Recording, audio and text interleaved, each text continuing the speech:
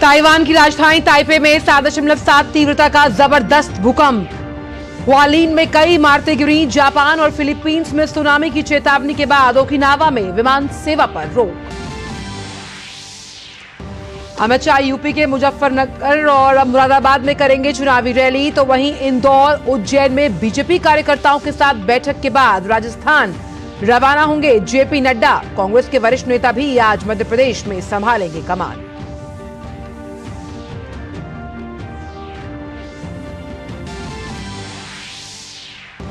लोकसभा अध्यक्ष ओम बिरला आज राजस्थान के कोटा से भरेंगे नामांकन। कांग्रेस नेता राहुल गांधी भी वायनाड से दाखिल करेंगे पर्चा।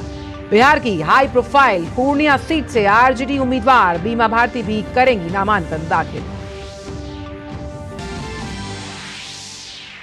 बदायूं लोकसभा सीट से शिवपाल यादव नहीं लड़ेंगे चुनाव। बेटे आदित्य यादव को प्रत्याशी बनाने का पार्टी अध्यक्ष के पास भेजा प्रस्ताव। अब आखिरी फैसले का इंतजार।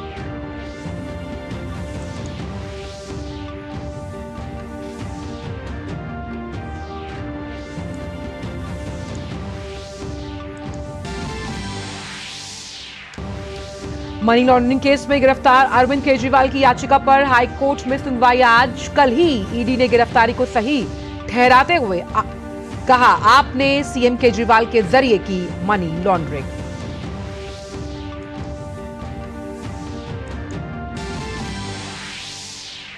भारतीय रिजर्व बैंक की मौद्रिक नीति समिति की बैठक आज से। 3 दिन की समीक्षा बैठक में रेपो रेट में कटौती होने की उम्मीद।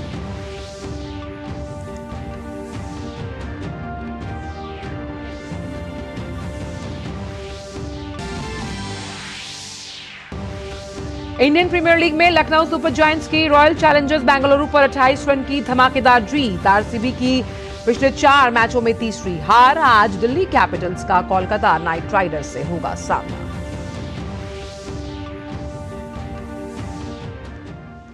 नमस्कार, आप देख रहे हैं डीडी न्यूज। मैं हूं आंचल गुलाटी गुंबर और इस वक्त की सबसे बड़ी खबर आ रही है ताइवान की राजधानी ताइपे से, जहां आज तड़के भूकंप के तेज झटके महसूस किए गए। इसकी तीव्रता रिक्टर स्केल पर 7.7 मापी गई है। हुआलिन इलाके में भूकंप के जोरदार झटके के कारण कई बिल्डिंगें हिल गईं, जो कि गगनचुंबी इमारतें थीं और जिसकी तस्वीरें भी सामने आई हैं।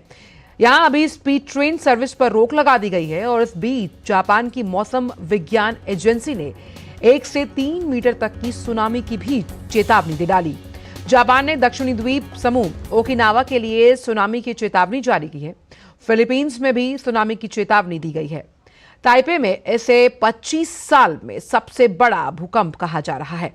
जापान के ओकिनावा में भी विमान सेवाओं पर रोक लगा दी गई है। तो इस वक्त की बड़ी खबर आ रही है, जहां भूकंप के तेज झटकों से ताइवान हिला है। सुनामी की भी चेतावनी यहां पर दी गई है। प्रत्यक्षदर्शियों का मानना है कि तेज भूकंप की वजह से कई ऐसे शहर हैं ताइपे के जहां पर बिजली भी गुल हो गई है और गगनचुंबी इमारतों को लोगों ने थरथराते हुए देखा। वहां पर भूकंप की वजह से जो पूर्वी शहर हुलियन है, वहां पर जो इमारतों की नींव है वो भी हिलती हुई नजर आई। तीव्र भूकंप के बाद सुनामी की चेतावनी जारी होने के तुरंत बाद ओकिनावा के दक्षिणी प्रांत के पास जो तटीय क्षेत्र हैं वहां के लिए भी एडवाइजरी जारी की गई। आप तस्वीरों में देख सकते हैं कि जो भूकंप की जो तीव्रता थी वो काफी ज्यादा थी, जिसकी वजह से आप देख रहे हैं ये नुकसान होता हुआ भी नजर आ रहा है। आपको बता दें कि ताइवान में हाल ही के कुछ वर्षों में अगर इसकी तुलना की जाए तो ये सबसे शक्तिशाली भूकंप है। यूएस जियोलॉजिकल सर्वे के अनुसार भूकंप बुधवार को स्थानीय समय के अनुसार अगर बात की जाए तो 7:54 के आसपास आया और इसीलिए जो हुलियन के आसपास के कार्यालय हैं, स्कूल्स हैं, उन्हें बंद करने की भी घोषणा की गई है। और चीन और ताइवान के कुछ तटों पर 1 से 3 मीटर तक की ऊंची सुनामी लहरें उठने की भी संभावना है। और चीनी सोशल प्लेटफॉर्म वीवो पर लोगों ने यह भी माना कि शंघाई और ग्वांगडोंग सहित पूरे चीन ने भी इस भूकंप को वहां महसूस किया। आप तीव्रता का एहसास और आभास इसी से लगा सकते हैं कि जापान में जिस तरह से यहां भूकंप आया ताइवान ताइपे में, उसकी जो तीव्रता है या फिर उसका असर चीन में भी महसूस किया गया। तो अगर 1 जनवरी 2024 की भी बात की जाए तो उस दिन भी कुछ इसी तरह का भूकंप जापान में आया था, और कुछ वजहों की वजह से हमने ये देखा है कि जापान जो है, अगर हम उसको सुनामी के लिहाज से देखें और अर्थक्वेक यानी जो भूकंप के खतरे हैं, वो ज़्यादातर जापान में कुछ वजहों से होते हैं, क्योंकि ये जो देश है वो 4 टेक्टोनिक प्लेट्स पर स्थित है। ये इसका साइंटिफिकल टर्म है जो हमने निकालने की कोशिश की है, जो कहीं ना कहीं भूकंप के प्रति इस देश को संवेदनशील बनाता है। तो जापान के जो ओकिनावा शहर है वहां पर विमान सेवाओं पर भी रोक लगा दी गई है। तमाम ऑफिस में जो कार्यालय बंद किए गए हैं वहां पर लगातार ये घोषणाएं भी की गई कि किस तरह से वो लिफ्ट्स का इस्तेमाल ना करें।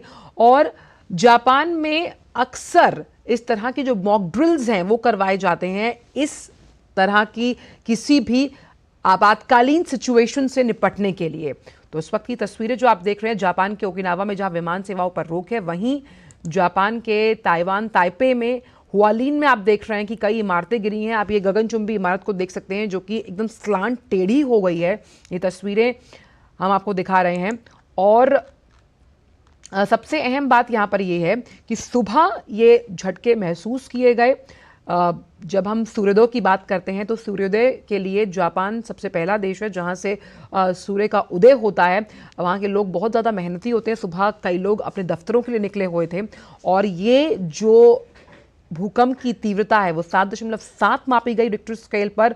और भूकंप के कारण कई जगह पर देखा गया कि जो छतें हैं वो क्षतिग्रस्त हुई, वो छतें कार्स पर गिर गई, और जिसकी वजह से कारें भी क्षतिग्रस्त हुई हैं।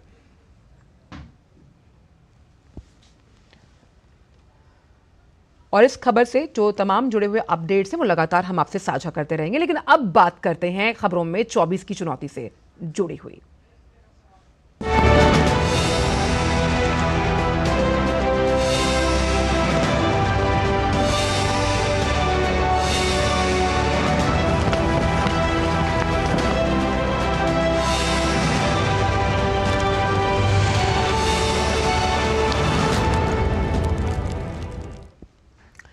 तो पूरे देश में लोकसभा चुनाव के लिए प्रचार अभियान तेज हो रहा है, और पहले चरण में 19 अप्रैल को मतदान होना है।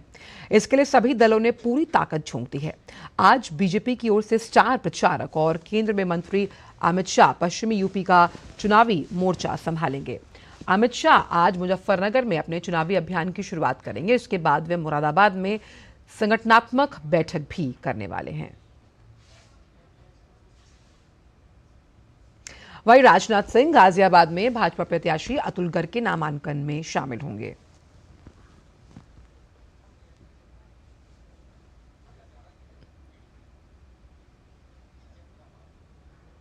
बात हिंदुस्तान के दिल मध्य प्रदेश की, जहां पिछली बार बीजेपी ने लोकसभा चुनाव में कांग्रेस के तमाम किलों को ध्वस्त किया था। लिहाजा इस बार भी पार्टी के हौसले बुलंद हैं।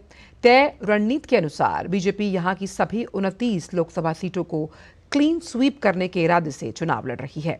कल बीजेपी अध्यक्ष जेपी नड्डा ने जबलपुर और शहडोल में रैली के अलावा कार्यकर्ताओं के साथ बैठक की और चुनावी स्थितियों का जायजा लिया। तो वहीं आज वो इंदौर और उज्जैन में पार्टी कार्यकर्ताओं के साथ चर्चा करेंगे। इसके अलावा आज बीजेपी के प्रदेश अध्यक्ष और खजुराहो संसदीय सीट से प्रत्याशी विष्णुदत्त शर्मा पन्ना में नामांकन दाखिल करने वाले हैं। उनके नामांकन में केंद्रीय मंत्री स्मृति ईरानी और मध्य प्रदेश के मुख्यमंत्री मोहन यादव भी मौजूद रहेंगे। इस दौरान पन्ना के छत्रसाल स्टेडियम में विशाल जनसभा भी होगी।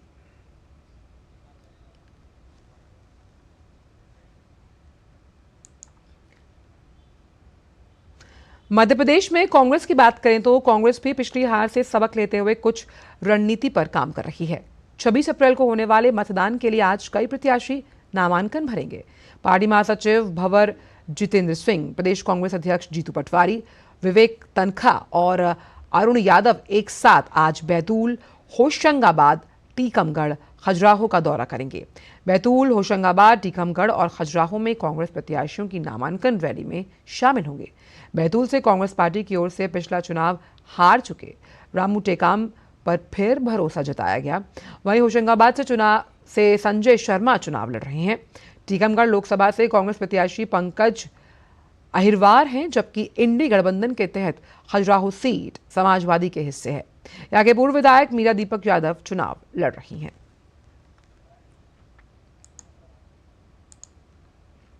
कांग्रेस नेता राहुल गांधी आज लोकसभा चुनाव लड़ने के लिए नामांकन दाखिल करेंगे। राहुल गांधी इस बार भी केरल के वायनाड से चुनावी मैदान में हैं। नामांकन से पहले राहुल वायनाड में रोड शो करेंगे। मुकाबला इस बार सीपीआई महासचिव डी राजा की पत्नी और सीपीआई उम्मीदवार एनी राजा और बीजेपी के प्रदेश अध्यक्ष के सुरेंद्रन से है। केरल में 26 अप्रैल को दूसरे चरण में मतदान होगा, जबकि 4 जून को नतीजे सामने आएंगे।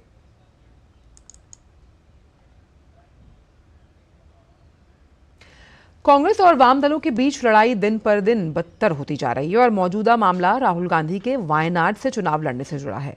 दरअसल बात यह है कि केरल के मुख्यमंत्री पी विजयन ने उनके वहां से चुनाव लड़ने की आलोचना की है।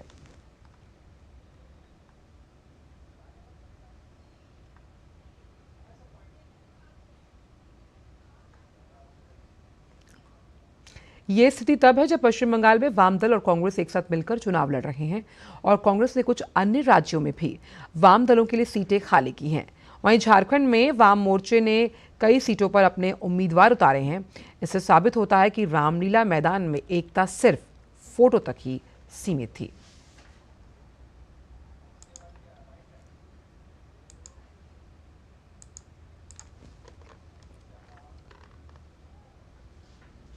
वहीं डीडी न्यूज के साथ बातचीत में वायनाड से सीपीआई के उम्मीदवार एनी राजा ने कहा कि राहुल गांधी का वायनाड से कोई लेना देना नहीं है।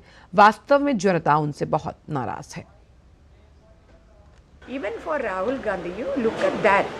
Not even once he raised the name of this constituency in parliament. Exactly. So people are questioning me, will you be like that? That's why I'm telling them, even before asking vote from my voters, I'm telling them I will be with you. If you trust me, vote me. This is what I am doing. बात करते हैं अब उत्तर प्रदेश की, जहां Samajwadi party एक बार फिर सियासी भंवर में है। संबल, मेरठ, मुरादाबाद, रामपुर के बाद अब बदायूं में भी पार्टी को लोकसभा चुनाव के लिए प्रत्याशी उतारने में दिक्कत आ रही है। समाजवादी पार्टी के प्रत्याशी शिवपाल यादव ने बदायूं सीट छोड़ने का ऐलान किया और अपने बेटे आदित्य यादव को बदायूं से प्रत्याशी बनाने का प्रस्ताव पार्टी प्रमुख अखिलेश यादव को भेजा। इससे सियासी घमासान और तेज हो गया है।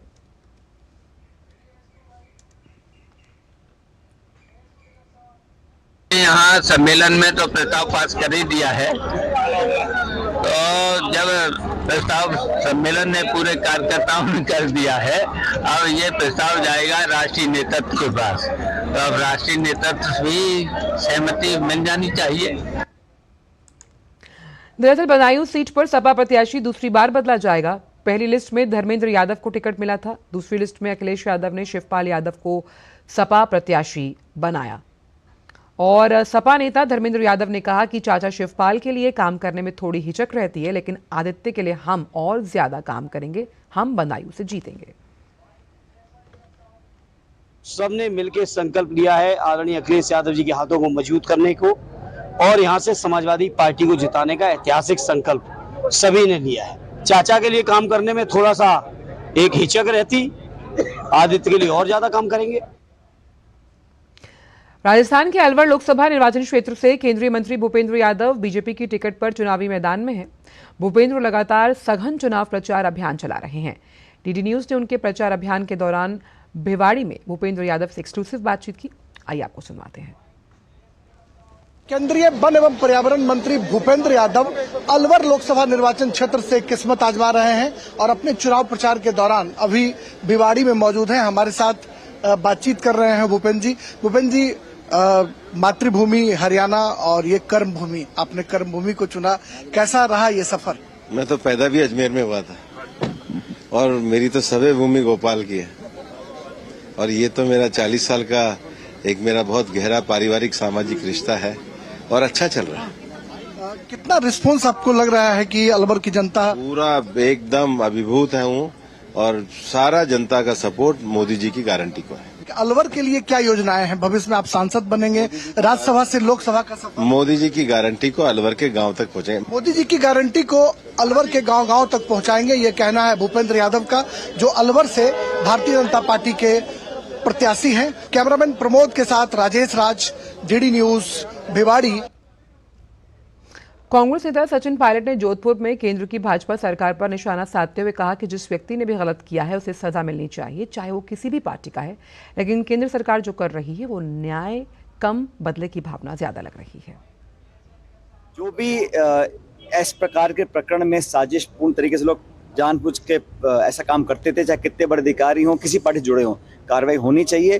मैं पूरा समर्थन करता हूं, लेकिन कार्रवाई निष्पक्ष हो, प्रभावी हो और भविष्य में नौजवानों के जहन में एक विश्वास पैदा हो, इस दिशा में काम करना चाहिए। लेकिन केंद्र सरकार क्या कर रही है, एजेंसी का दुरुपयोग कर अपने विरोधियों की आवाज को दबाने का काम कर रही है, उसका हम विरोध कर रहे हैं।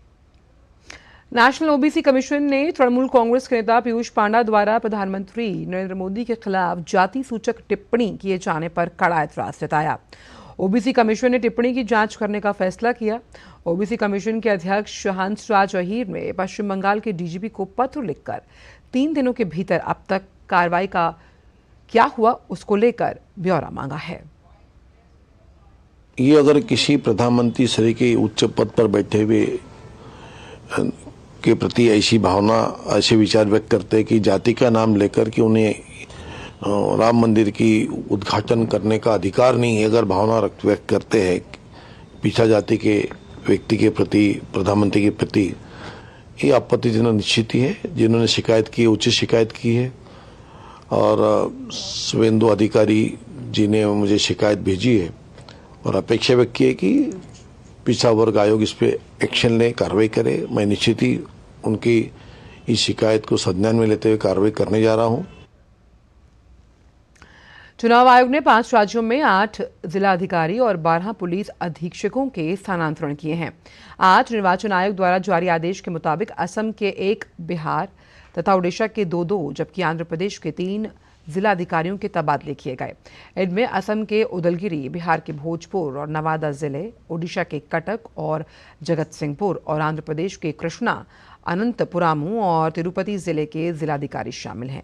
जबकि झारखंड में देवघर, ओडिशा में अंगुल, बहरामपुर, खुर्दा, राउरकेला और आंध्र प्रदेश के प्रकाशम, पलनाडु, चित्तूर, अनंतपुरामू और नेल्लोर के पुलिस अधीक्षक बदल दिए गए। जबकि ओडिशा और कटक के डीसीपी और आईजी सेंट्रल, इसके अलावा आंध्र प्रदेश के गुंटूर रेंज के आईजीपी स्थानांतरित कर दिए गए।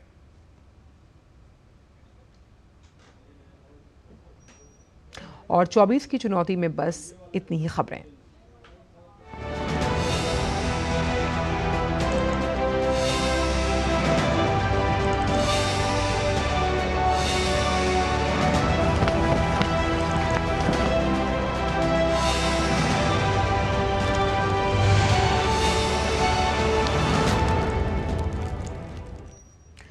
नौ केंद्रीय मंत्रियों और पूर्व प्रधानमंत्री मनमोहन सिंह समेत 54 राज्यसभा सदस्यों का कार्यकाल समाप्त हो रहा है। इनमें से 7 केंद्रीय मंत्रियों समेत 49 सदस्यों का कार्यकाल मंगलवार को समाप्त हो गया। वहीं शेष 5 सदस्यों का कार्यकाल आज समाप्त होगा। 7 केंद्रीय मंत्रियों, शिक्षा मंत्री धर्मेंद्र प्रधान, स्वास्थ्य मंत्री मनसुख मांडविया, पशुपालन और मत्स्य पालन मंत्री पुरुषोत्तम रुपाला, सूचना प्रौद्योगिकी मंत्री राजीव चंद्रशेखर, विदेश राज्य मंत्री वी मुरलीधरन, सूक्ष्म, लघु एवं मध्यम उद्यम मंत्री नारायण राणे और सूचना और प्रसारण राज्य मंत्री एल मुरुगन का कार्यकाल मंगलवार को समाप्त हो गया। पर्यावरण मंत्री भूपेंद्र यादव और रेलवे मंत्री अश्विनी वैष्णव का कार्यकाल आज समाप्त होगा। अश्विनी वैष्णव को छोड़कर ये सभी केंद्रीय मंत्री लोकसभा चुनाव लड़ रहे हैं। अश्विनी वैष्णव और एल मुरुगन को एक और राज्यसभा कार्यकाल दिया गया है।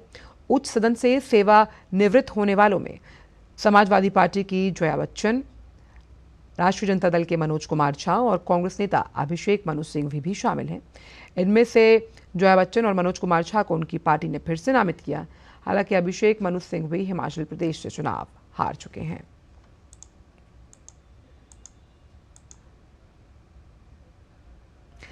दिल्ली के मुख्यमंत्री अरविंद केजरीवाल की याचिका पर आज दिल्ली हाई कोर्ट में सुनवाई होगी।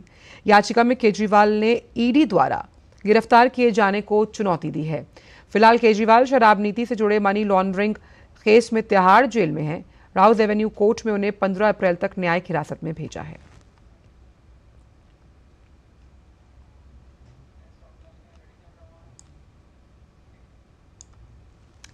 आज की सुनवाई से पहले कल हाईकोर्ट में ईडी ने अपनी गिरफ्तारी को चुनौती देने वाली अरविंद केजरीवाल की याचिका पर अपना जवाब दाखिल किया।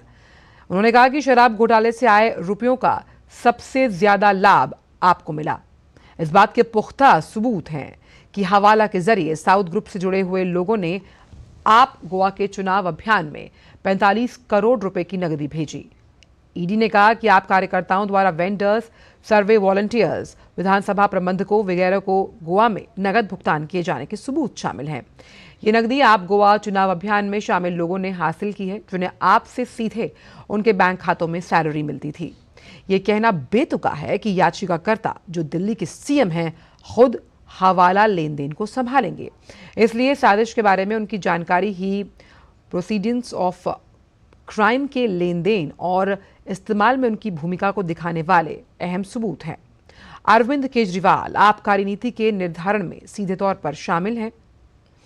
इस नीति के जरिए कुछ लोगों को फायदा पहुंचाकर उनसे रिश्वत वसूलने में वो शामिल रहे। ईडी ने कहा कि केजरीवाल पार्टी के संयोजक हैं, पार्टी के कर्ता धर्ता हैं। रिश्वत की रकम का इस्तेमाल गोवा में चुनाव प्रचार में किया गया।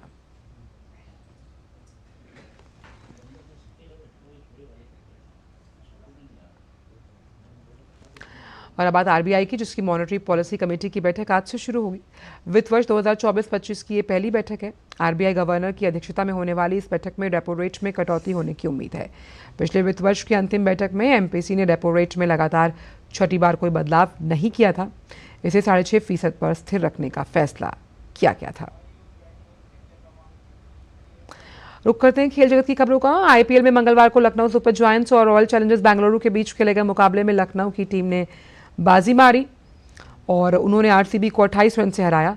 मैच में आरसीबी ने टॉस जीता और पहले गेंदबाजी का फैसला किया। लखनऊ सुपर जायंट्स की टीम ने क्विंटन डी कॉक के 81 और निकोलस पूरन के 40 रन के बल पर 5 विकेट पर 181 रन बनाए। 182 रन के लक्ष्य का पीछा करते हुए आरसीबी की टीम 19.4 ओवर में 153 रन पर सिमट गई। लखनऊ की ओर से मयंक यादव ने 3 विकेट हासिल की। लखनऊ की ये पिछले 3 मैचों में दूसरी जीत रही है। वहीं आईपीएल में आज विशाखापट्टनम में दिल्ली कैपिटल्स का सामना कोलकाता नाइट राइडर्स की टीम के साथ है। दिल्ली कैपिटल्स ने अपने पिछले मुकाबले में चेन्नई सुपर किंग्स की टीम को 20 रन से हराया। दिल्ली कैपिटल्स की टीम फिलहाल 7वें स्थान पर है, जबकि केकेआर की टीम दूसरे स्थान पर। आईपीएल में इन दोनों टीमों के बीच अब तक 32 बार मुकाबले खेले गए, जिसमें केकेआर ने 16 बार तो वहीं दिल्ली कैपिटल्स ने 15 मुकाबले जीतने में सफलता हासिल की। एक मैच का नतीजा नहीं निकल पाया।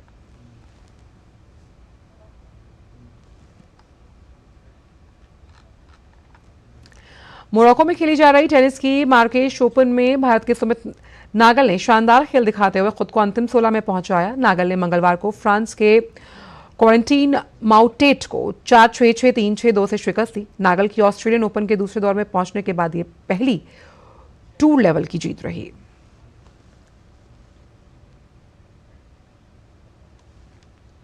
फिलहाल समाचारों में इतना ही। दीजिए इजाजत। नमस्कार।